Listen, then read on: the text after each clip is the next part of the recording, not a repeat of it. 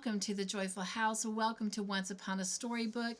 Thank you for joining me today as we continue on this beautiful Sunday reading the Anne of Green Gables series. Today we are continuing with book number 4, Anne of Windy Poplars. And today we are going to be reading chapters 11 and chapter 12. So if you will, sit back, get comfortable, relax, grab a project, or just close your eyes and listen as we enjoy this storybook adventure. Chapter 11. This is an extract from Letter to Gilbert 2 weeks later.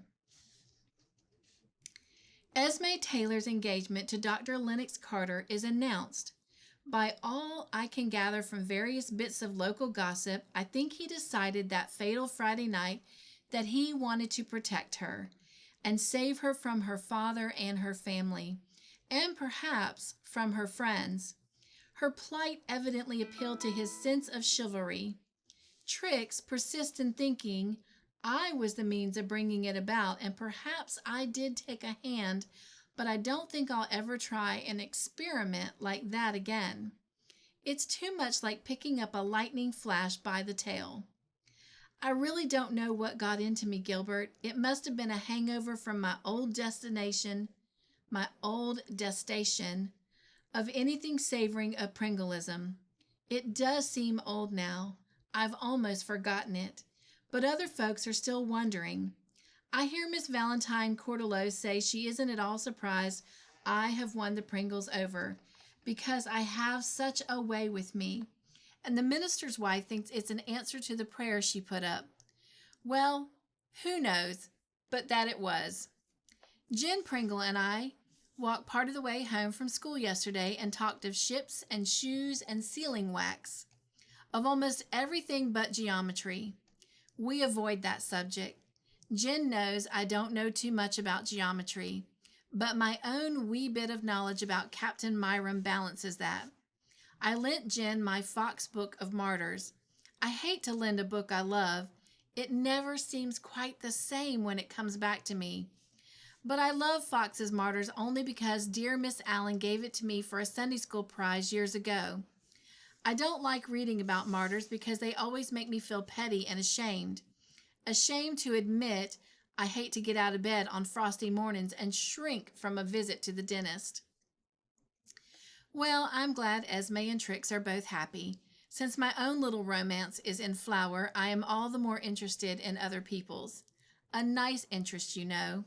Not curious or malicious, just glad there's such a lot of happiness spread about.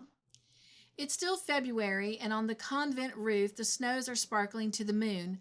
Only it isn't a convent, just the roof of Mr. Hamilton's barn. But I'm beginning to think only a few more weeks till spring, and a few more weeks then till summer, and holidays, and Green Gables, and golden sunlight on Avonlea meadows, and a gulf that will be silver at dawn, and sapphire at noon, and crimson at sunset. And you. Little Elizabeth and I have no end of plans for spring. We're such good friends. I take her milk every evening, and once in so long she's allowed to go for a walk with me. We've discovered that our birthdays are on the same day, and Elizabeth flushed divinest rosy red with the excitement of it. She's so sweet when she blushes. Ordinarily, she is far too pale and doesn't get any pinker because of the new milk. Only when we come back from our twilight tryst with evening winds does she have a lovely rose color in her little cheeks. Once she asked me gravely, "Will I have a lovely creamy skin like yours when I grow up, Miss Shirley, if I put buttermilk on my face every night?" Buttermilk seems to be the preferred cosmetic in Spook's Lane. I've discovered that Rebecca Dew uses it. She has bound me over to keep it secret from the widows because they would think it too frivolous for her age. The number of secrets I have to keep at Windy Poplars is aging me before my time. I wonder if I buttermilked my nose if I would banish those 7 freckles. By the way, did it ever occur to you, sir, that I had a lovely creamy skin? If it did, you never told me so. And have you realized to the full that I am comparatively beautiful? Because I have discovered that I am. "What is it like to be beautiful, Miss Shirley?" asked Rebecca Dew gravely the other day when I was wearing my new biscuit-colored voile. "I've often wondered," said I. "But you are beautiful," said Rebecca Dew. "I never thought you could be sarcastic, Rebecca," I said reproachfully. "I did not mean to be sarcastic, Miss Shirley. You are beautiful, comparatively." "Oh, comparatively," said I. "Look in the sideboard glass," said Rebecca Dew, pointing. "Compared to me, you are." Well, I was. But I hadn't finished with Elizabeth. One stormy evening when the wind was howling along Spook's Lane, we couldn't go for a walk, so we came up to my room and drew a map of Fairyland. Elizabeth sat on my blue donut cushion to make her higher and looked like a serious little gnome as she bent over the map. By the way, no phonetic spelling for me. Gnome is far eerier and fairier than gnome. So what she was referring to, gnome, Gnome, is far eerier and fairier than just Nome, which is not how she spelled it. She spelled it with the G. Our map isn't completed yet. Every day we think of something more to go in it. Last night we located the house of the Witch of the Snow and drew a triple hill covered completely with wild cherry trees in bloom behind it. By the way, I want some wild cherry trees near our house of dreams, Gilbert. Of course we have a tomorrow on the map, located east of today and west of yesterday. And we have no end of times in Fairyland. Springtime, long time, short time, new moon time, good night time, next time. But no last time, because that is too sad a time for Fairyland. Old time, young time, because if there is an old time, there ought to be a young time too. Mountain time, because that has such a fascinating sound. Nighttime and daytime, but no bedtime or school time. Christmas time, no only time, because that also is too sad. But lost time, because it is so nice to find it. Sometime, good time, fast time, slow time, half past, kissing time, going home time, and time immemorial, which is one of the most beautiful phrases in the world. And we have cunning little red arrows everywhere pointing to the different times. I know Rebecca Dew thinks I'm quite childish, but oh, Gilbert, don't let's ever grow too old and wise, not too old and silly, for Fairyland. Rebecca Dew, I feel sure, is not quite certain that I am an influence for good in Elizabeth's life. She thinks I encourage her in being fanciful. One evening, when I was away, Rebecca Dew took the milk to her and found her already at the gate, looking at the sky so intently that she never heard Rebecca's anything but fairy footfalls. "I was listening, Rebecca," she explained. "You do too much listening," said Rebecca disapprovingly. Elizabeth smiled remotely, austerely. Rebecca Dew didn't use those words, but I know exactly how Elizabeth smiled.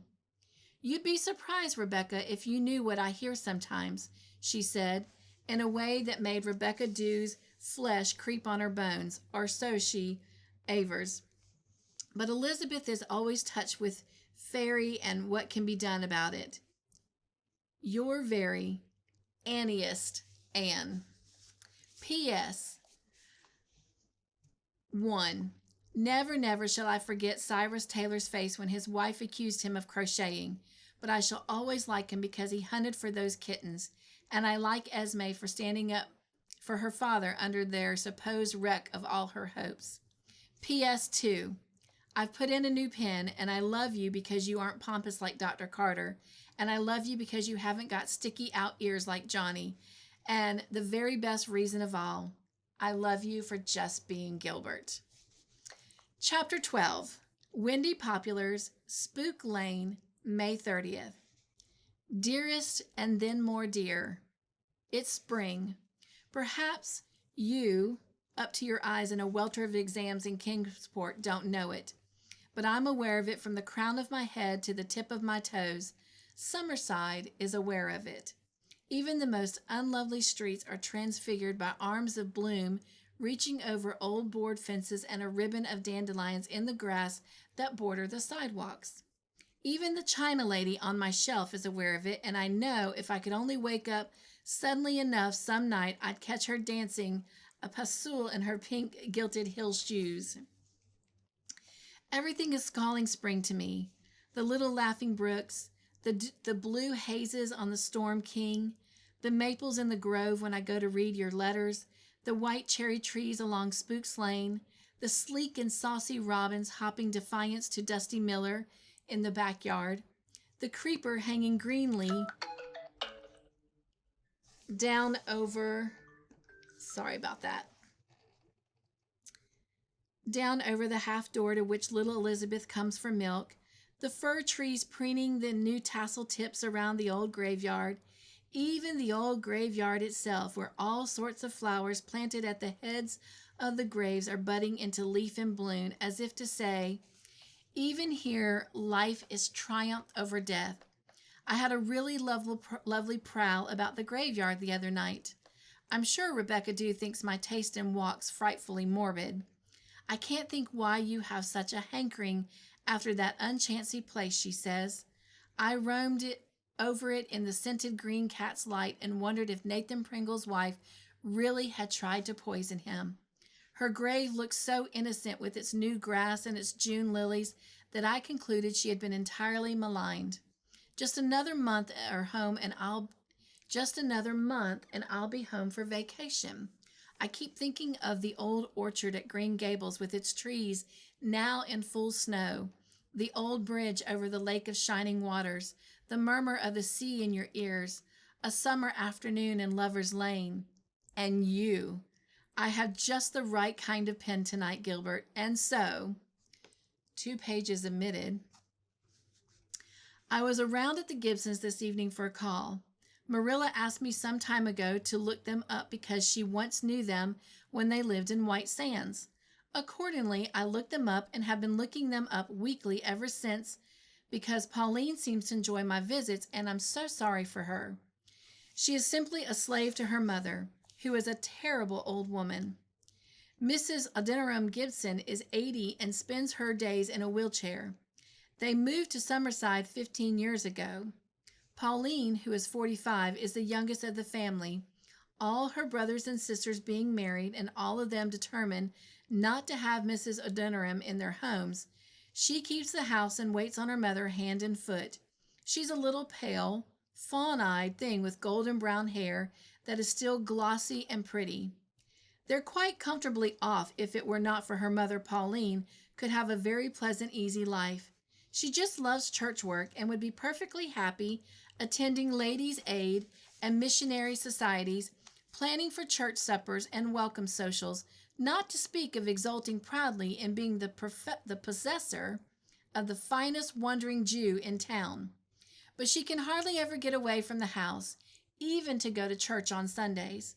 I can't see any way of escape for her, for old Mrs. Gibson will probably live to be 100, and while she may not have the use of her legs, there is certainly nothing the matter with her tongue. It always fills me with helpless rage to sit there and hear her making poor Pauline the target for her sarcasm. And yet Pauline has told me that her mother thinks quite highly of me and is much nicer to her when I'm around. If this be so, I shiver to think what she must be when I am not around. Pauline dares not do anything without asking her mother. She can't even buy her own clothes, not so much as a pair of stockings. Everything has to be sent up for Miss Gibson's approval. Everything has to be worn until it has been turned twice. Pauline has worn the same hat for 4 years. Miss Gibson can't bear any noise in the house or a breath of fresh air. It is said she never smiled in her life. I've never caught her at it anyway. And when I look at her, I find myself wondering what would happen to her face if she did smile. Pauline can't even have a room to herself. She has to sleep in the same room with her mother and be up almost every hour of the night rubbing Miss Gibson's back or giving her a pill or getting a hot water bottle for her. Hot, not lukewarm. Or changing her pillows or seeing what that mysterious noise is in the backyard. Miss Gibson does her sleeping in the afternoons, and spends her nights devising tasks for Pauline. Yet nothing has ever made Pauline bitter. She's a sweet, unselfish, patient, and I am glad she has a dog to love. The only thing she's ever had her own way about is keeping that dog. And then only because there was a burglary somewhere in town and Miss Gibson thought it would be a protection. Pauline never dares to let her mother see how much she loves the dog. Miss Gibson hates him and complains of his bringing bones in, but she never actually says he must go for her own selfish reason. But at last I have a chance to give Pauline something, and I'm going to do it. I'm going to give her a day, though it will mean giving up my next weekend at Green Gables. Tonight, when I went in, I could see that Pauline had been crying. Miss Gibson did not long leave me in doubt why. "Pauline wants to go and leave me, Miss Shirley," she said. "Nice, grateful daughter I've got, haven't I?" "Only for a day, Ma," said Pauline, swallowing a sob and trying to smile. "Only for a day," says she. "Well, you know what my days are like, Miss Shirley. Everyone knows what my days are like. But you don't know, yet, Miss Shirley, and I hope you never will, how long a day can be when you are suffering." I knew Miss Gibson didn't suffer at all now, so I didn't try to be sympathetic. "I'd get someone to stay with you, of course, Ma," said Pauline. "You see," she explained to me, "my cousin Louisa is going to celebrate her silver wedding at White Sands next Saturday week, and she wants me to go. I was her bridesmaid when she was married to Maurice Hilton. I would like to go much if Ma would give her consent." "If I must die alone, I must," said Miss Gibson. "I leave it to your conscience, Pauline." I knew Pauline's battle was lost the moment Miss Gibson left it to her conscience. Miss Gibson has got her way all her life by leaving things to people's consciences. I've heard that years ago somebody wanted to marry Pauline, and Miss Gibson prevented it by leaving it to her conscience. Pauline wiped her eyes, summoned up a piteous smile, and picked up a dress she was making over a hideous green and black plaid. "Now don't sulk, Pauline," said Miss Gibson. "I can't abide people who sulk. And mind you put a collar on that dress." Would you believe it, Miss Shirley, she actually wanted to make the dress without a collar. She'd wear a low-neck dress, that one, if I'd let her. I looked at poor Pauline with her slender little throat, which is rather plump and pretty, yet enclosed in a high, stiff-bone neck collar. "Collarless dresses are coming in," I said. "Collarless dresses," said Miss Gibson, "are indecent." Item. I was wearing a collarless dress. "Moreover," went on Miss Gibson, as if it were all of a piece, "I never liked Maurice Hilton. His mother was a Crockett. He never had any sense of decorum, always kissing his wife in the most unsuitable places." "Are you sure you kiss me in suitable places, Gilbert? I'm afraid Miss Gibson would think the nape of the neck, for instance, must be unsuitable." "But, Ma, you know that was the day she nearly escaped being trampled by Harvey Wither's horse running amuck on the church green. It was only natural Maurice should feel a little excited." "Pauline, please don't contradict me. I still think the church steps were an unsuitable place for anyone to be kissed. But, of course, my opinions don't matter to anyone any longer. Of course, everyone wishes I was dead. Well, there'll be room for me in the grave. I know what a burden I am to you. I might as well die. Nobody wants me." "Don't say that, Ma," begged Pauline. "I will say it. Here you are, determined to go to that silver wedding, although you know I'm not willing." "Ma, dear, I'm not going. I'd never think of going if you weren't willing. Don't excite yourself so. Oh, I can't even have a little excitement, can I, to brighten my dull life? Surely you're not going so soon, Miss Shirley." I felt that if I stayed any longer, I'd either go crazy or slap Miss Gibson's nutcracker face. So I said I had exam papers to correct. "Ah, well, I suppose two old women like us are very poor company for a young girl," sighed Mrs. Gibson. "Pauline isn't very cheerful, are you, Pauline?" "Not very cheerful. I don't wonder Miss Shirley doesn't want to stay long."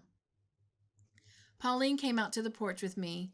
The moon was shining down on her little garden and sparkling on the harbor. A soft, delightful wind was talking to a white apple tree. It was spring. Spring. Ah, spring. Even Miss Gibson can't stop plum trees from blooming, and Pauline's soft gray blue eyes were full of tears. I would like to go to Louie's wedding so much, she said with a long sigh of despairing resignation. You are going, I said. Oh, no, dear, I can't go. Poor Ma will never consent. I'll just put it out of my mind. Isn't the moon beautiful tonight? She added in a loud, cheerful tone. I've never heard of any good that came from moon gazing, called out Miss Gibson from the sitting room. Stop chirping there, Pauline, and come in and get my red bedroom slippers with the fur around the tops for me. These shoes pinch my feet something terrible, but nobody cares how I suffer. I felt that I didn't care much about how she suffered. Poor darling Pauline. But a day off is certainly coming to Pauline, and she's going to have her silver wedding. I, Anne Shirley, have spoken it. I told Rebecca Dew and the widows all about it when I came home, and we had such fun thinking up all the lovely insulting things I might have said to Miss Gibson. Aunt Kate does not think I will succeed in getting Miss Gibson to let Pauline go, but Rebecca Dew has faith in me. Anyhow, if you can't, nobody can, she said. I was at supper recently with Mrs. Tom Pringle, who wouldn't take me to board. Rebecca says I am the best paying boarder she's ever heard of because I am invited out to supper so often. I'm very glad she didn't. She's nice and purry, and her pies praise her in the gates, but her home isn't Windy Poplars, and she doesn't live in Spooks Lane, and she isn't Aunt Kate and Aunt Chatty and Rebecca Dew. I love them all three, and I'm going to board here next year and the year after. My chair is always called Miss Shirley's chair, and Aunt Chatty tells me that when I'm not here, Rebecca Dew sets my place at the table just the same so it won't seem so lonesome. Sometimes Aunt Chatty's feelings have complicated matters a bit, but she says she understands me now and knows I would never hurt her intentionally. Little Elizabeth and I go out for a walk twice a week now. Mrs. Campbell has agreed to that, but it must not be oftener and never on Sundays. Things are better for little Elizabeth in spring. Some sunshine gets into even that grim old house, and outwardly it is even beautiful because of the dancing shadows of treetops. Still, Elizabeth likes to escape from it whenever she can. Once in a while, we go uptown so that Elizabeth can see the lighted shop windows, but mostly we go as far as we dare down the road that leads to the end of the world, rounding every corner adventurously and expectantly, as if we're going to find tomorrow behind it, while all the little green evening hills neatly nestle together in the distance. One of the things Elizabeth is going to do in tomorrow is go to Philadelphia and see the angel in the church. I haven't told her, I never will tell her, that the Philadelphia St. John was writing about was not Phila, P.A. We lose our illusions soon enough, and anyhow, if we could get into tomorrow, who knows what we might find there. Angels everywhere, perhaps. Sometimes we watch the ships coming up the harbor before a fair wind, over a glistening pathway through the transparent spring air, and Elizabeth wonders if her father may be on board one of them. She clings to the hope that he may come some day. I can't imagine why he doesn't. I'm sure he would if he knew what a darling little daughter he has here longing for him. I suppose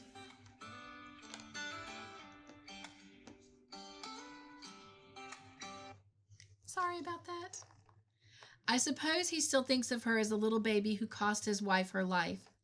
I'll soon have finished my first year in Summerside High. The first term was a nightmare, but the last two have been very pleasant. The Pringles are delightful people. How could I ever have compared them to the Pies? Sid Pringle brought me a bunch of trilliums today. Jen's going to lead her class, and Miss Ellen is reported to have said that I am the only teacher who ever really understood the child. The only fly in my ointment is Catherine Brooke, who continues unfriendly and distant. I'm going to give up trying to be friends with her. After all, as Rebecca Dew says, there are limits. Oh, I nearly forgot to tell you. Sally Nelson asked me to be one of her bridesmaids. She's going to be married the last of June at Bonneview, Dr. Nelson's summer home down at the jumping-off place. She's marrying Gordon Hill. Then Nora Nelson will be the only one of the Dr. Nelson's 6 girls left unmarried. Jim Wilcox has been going with her for years, off and on, as Rebecca Dew says, but it never seems to come to anything, and nobody thinks it will now. I'm very fond of Sally, but I've never made much headway getting acquainted with Nora. She's a good deal older than I am, of course, and rather reserved and proud.